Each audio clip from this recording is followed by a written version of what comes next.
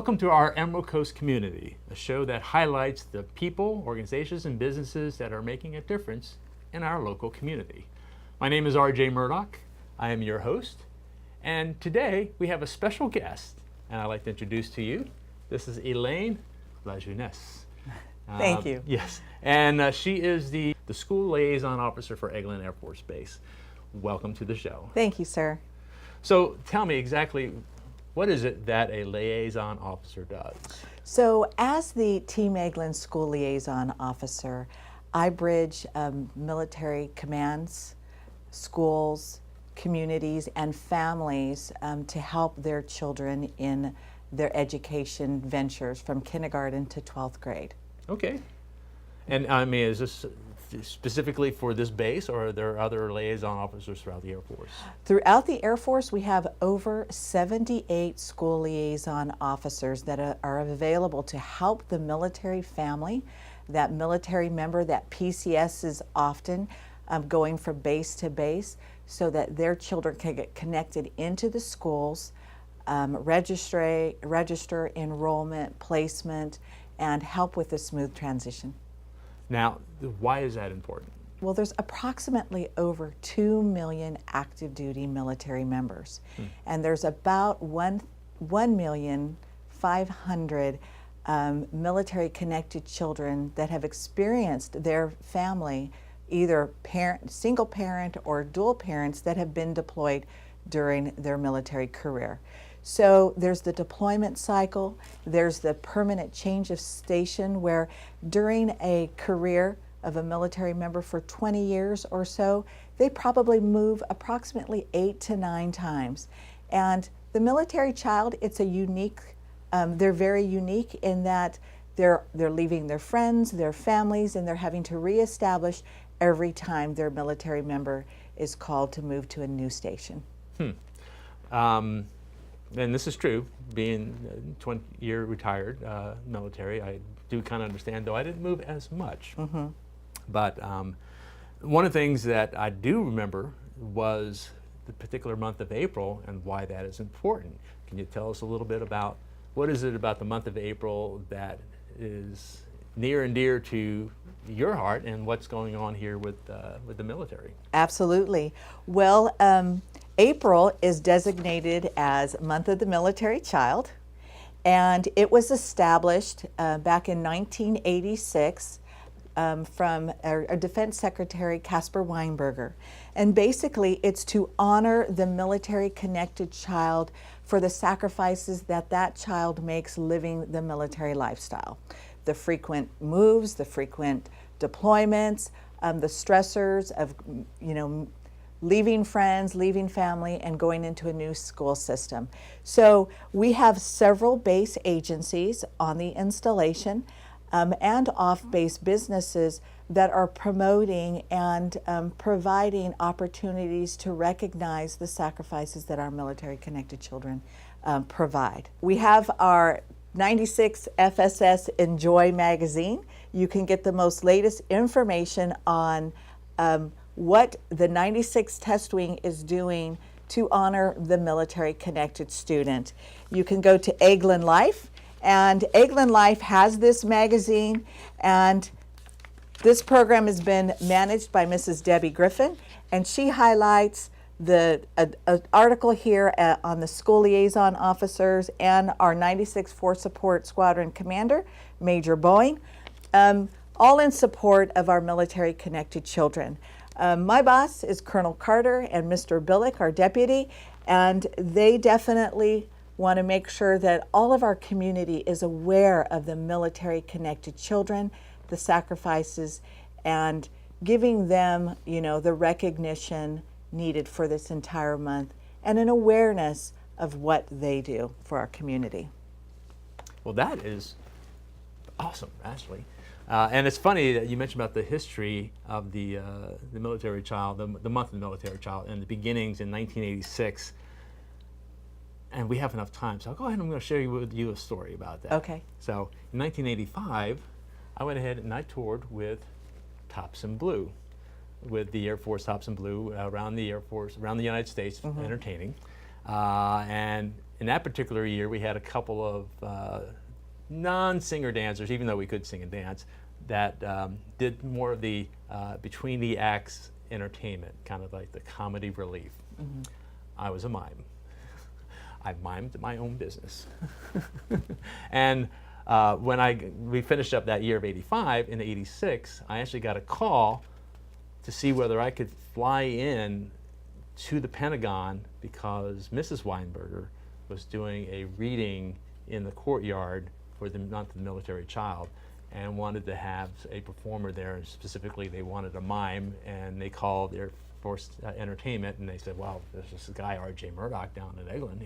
So they flew me up for one day. I left that morning, flew in the afternoon, performed, and flew back the same day. It was like a one-day trip like that. Mm-hmm. But it was very interesting. It was a lot of fun, and it was very bizarre, too, because on the flight back, I happened to be waiting in Atlanta for my next flight back here to Fort Walton Beach, mm-hmm. and I hear this voice behind me. And they said, wow, they'll just let anybody in these airports these days. And I'm turning around, and it's my dad. He's on a layover as well, waiting for his flight to go back home up in Maryland. So mm-hmm. I thought that was pretty interesting. And it was related to the same year as the start of the Month of the Military Child, yes. which was kind of cool.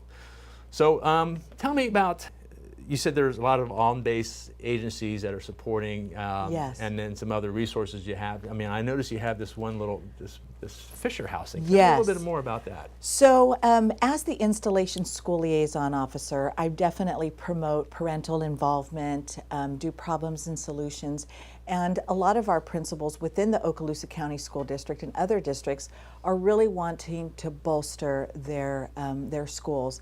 I have designed a new initiative. It's called School Care Strikes, where our military members are actually going into the schools and either tutoring or mentoring or doing a beautification project or literacy. So one of the initiatives is literacy that we're trying to, bolster and help those military children or any student that would like assistance. They're available to go in and to help. I have several partnerships on base and off base. So I work very, very closely with our USO, led by Mrs. Diane Freeman. She has always supported military child education, and she is going to be assisting with me at the Eglin Elementary. We're launching Month of the Military Child within the school because the principal will be highlighting every Friday wearing purple. The one thing that we didn't talk about was purple is very, very significant in that it represents all branches of service, mm-hmm. Army, Air Force, Navy, Marines, Coast Guard, mm-hmm. And our reserve component. So during the entire month, as you can see, we're wearing purple, and the purple signifies those military children. It's purple camouflage. It's a purple camo. And the button, and also RJ, I have a special button for you, and it basically says military kids serve too. So that is for you. But some of the initiatives that I have, and the partnership, another partnership is with our Fisher House. Mrs. Mia Hughes is one of the executive director. And her and I have been an ambassador for Fisher House for over 5 years, helping as a volunteer. And she designed a coloring book. It's the special edition coloring book that addresses 4 main things. And she and all of her partners were able to fund several of these coloring books for our schools.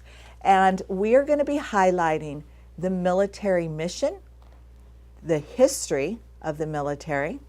We're going to be talking about art, and all of it is literacy.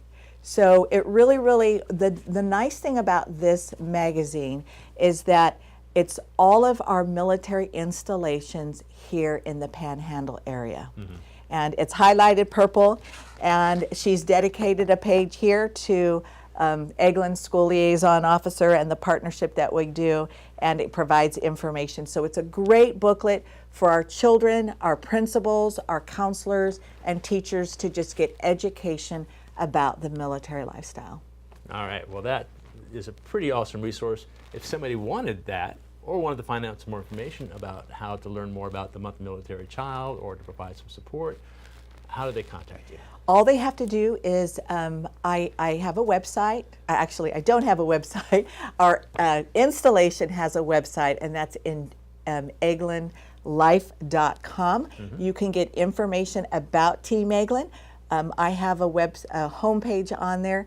My contact phone number is 882-4319, or you can contact me by typing in elaine.LaJeunusse@us.af.mil.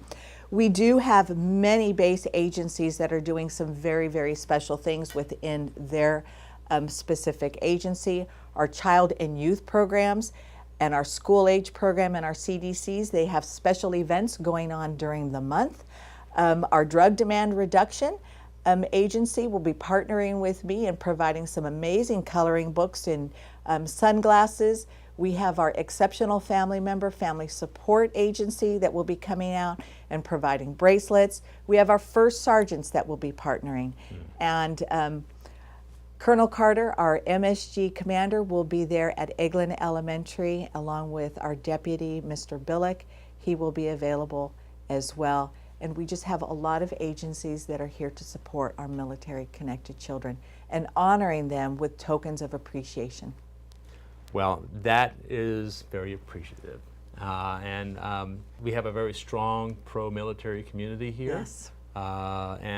I myself have been very involved with the military, with the Air Force specifically, and involved a little bit with the month of the military child now that I realize I'm part of history with the first year. So I want to thank you for being part of the show. And thank you for having me. Yeah. And we want to thank you for watching and hope that you get a chance to join us again here on our Emerald Coast community.